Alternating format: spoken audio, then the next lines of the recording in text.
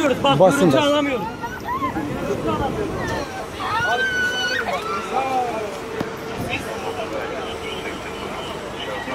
Abi.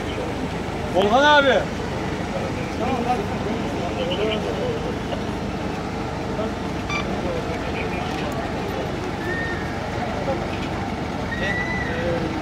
Abi, oğlu mu? Oğlu abi. Oğlan abi. Gel.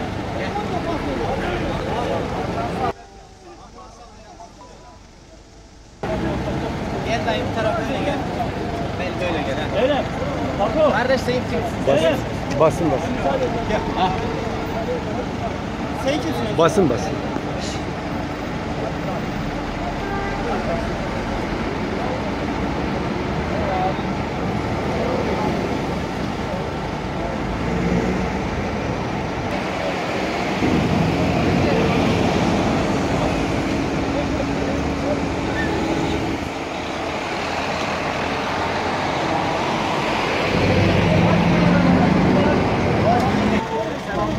Ali kaçtı?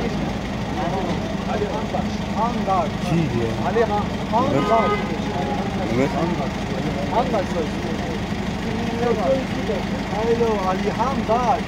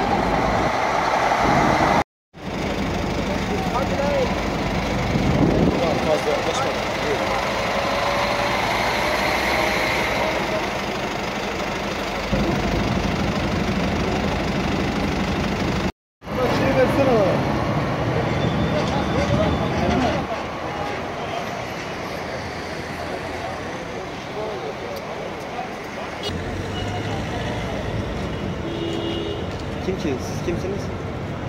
Basın basın. He? Basın sen. İzin almadınız ama fotoğraf çekmek için. Dışarıdan şeridin dışarısında. Nasıl? Dedim.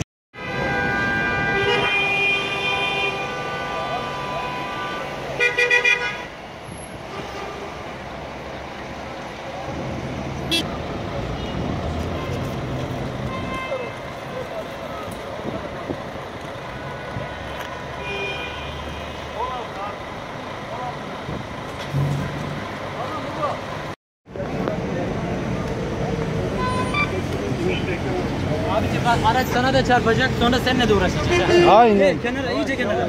Şu tarafa geç. Ya buradan alayım. Sizle de uğraşmayın. Az daha bu tarafa.